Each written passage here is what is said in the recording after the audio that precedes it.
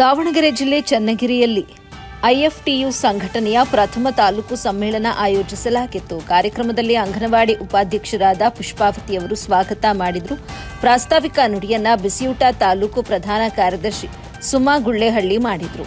ನಿರೂಪಣೆ ಅಂಗನವಾಡಿ ತಾಲೂಕು ಅಧ್ಯಕ್ಷರಾದಂಥ ವಿಮಲಾಕ್ಷಮ್ಮ ನಡೆಸಿಕೊಟ್ಟರು. ಉದ್ಘಾಟನೆಯನ್ನ ಹಿರೇಮಠ ಶ್ರೀ ಕೇದಾರಲಿಂಗ ಶಾಂತವೀರ ಮಹಾಸ್ವಾಮಿಗಳು ನೆರವೇರಿಸಿದರು.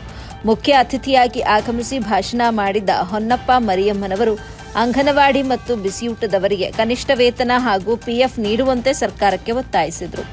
ಮುಂದಿನ ಬಜೆಟ್ನಲ್ಲಿ ಕಾರ್ಮಿಕರಿಗೆ ಸಂಬಳ ಹೆಚ್ಚಿಸುವಂತೆಯೂ ಮನವಿ ಮಾಡಿದರು. ಕಾರ್ಮಿಕರಿಗೆ ಅನ್ಯಾಯವಾದರೆ ಬೆಂಗಳೂರು ಚಲೋ ಹಮ್ಮಿಕೊಳ್ಳಲಾಗುತ್ತೆ ಅಂತ ಎಚ್ಚರಿಕೆ ನೀಡಿದರು.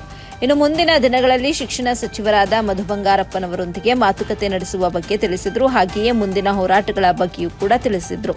ಕೊನೆಯಲ್ಲಿ ತಾಲೂಕು ಐಎಫ್ಟಿಯು ಸಮಿತಿ ರಚನೆ ಮಾಡಲಾಯಿತು.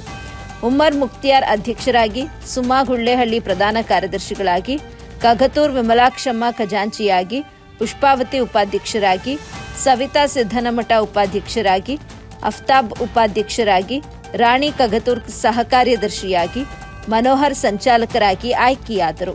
ಕಾರ್ಯಕ್ರಮದ ಅಧ್ಯಕ್ಷತೆಯನ್ನ ಜಿಲ್ಲಾ ಸಂಚಾಲಕರಾದ ಐಎಫ್ ಕಾಮ್ರೇಡ್ ಮೊಹಮ್ಮದ್ ರಫೀಕ್ ವಹಿಸಿದರು.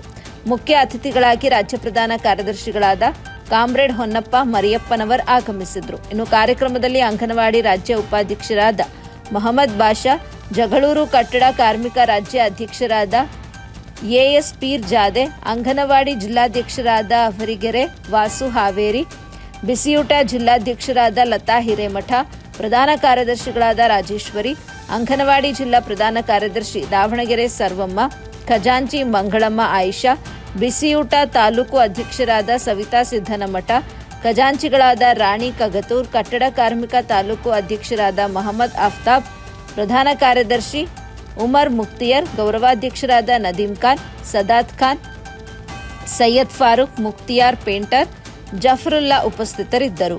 ವರದಿ ನಲ್ಲೂರು ಮೊಹಮ್ಮದ್ ಆಸಿಫ್, ಎಬಿ ನ್ಯೂಸ್ ಕನ್ನಡ, ಚನ್ನಗಿರಿ.